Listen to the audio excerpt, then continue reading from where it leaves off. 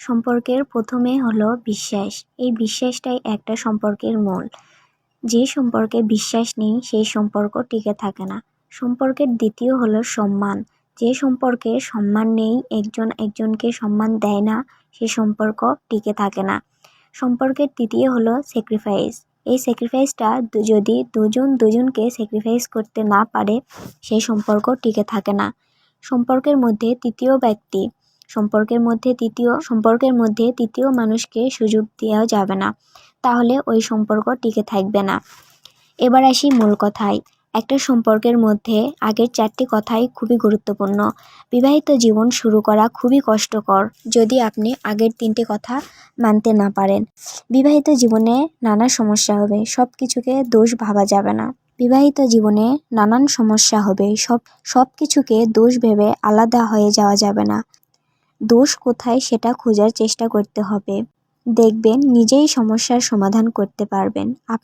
আপনি জানেন আপনার দোষ, তারপরও চুপ থাকেন, দেখবেন অনেক সহজ হয়ে গেছে সবকিছু। 1-2 কথাই সম্পর্কের মধ্যে তৃতীয় মানুষকে আসতে দেওয়া যাবে না। নিজেরা বসে সমাধান করার চেষ্টা করতে হবে। কখন ডিভোর্সের কথা কখনো মাথায়ও আনা যাবে না।